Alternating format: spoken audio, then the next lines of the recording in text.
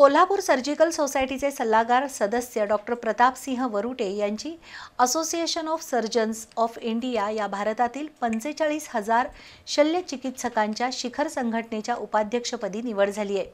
त्यामुळे कोल्हापूरच्या शिरपेचात आणखी एक मानाचा तुरा खोवलाय, अशी माहिती कोल्हापूर सर्जिकल सोसायटीचे अध्यक्ष डॉक्टर मानसिंग आडनाईक यांनी पत्रकार परिषदेत दिली। कोल्हापूर सर्जिकल सोसायटी ही जिल्ह्यातील शल्यचिकित्सकांची संस्था आहे। या संस्थेने आजवर राज्य आणि राष्ट्रीय पातळीवर अनेकदा उत्कृष्ट सर्जिकल सोसायटीचा बहुमान मिळवलाय, असं डॉक्टर मानसिंग आडनाईक यांनी पत्रकारांशी बोलताना सांगितलं। 2016 साली डॉक्टर प्रतापसिंह वरुटे यांच्या नेतृत्वाखाली कोल्हापुरात महाराष्ट्रातील शल्यचिकित्सकांची वार्षिक परिषद झाली होती। कोविड काळातही डॉक्टर वरुटे यांनी 40 पेक्षा अधिक कार्यशाळा आयोजित केल्या होत्या।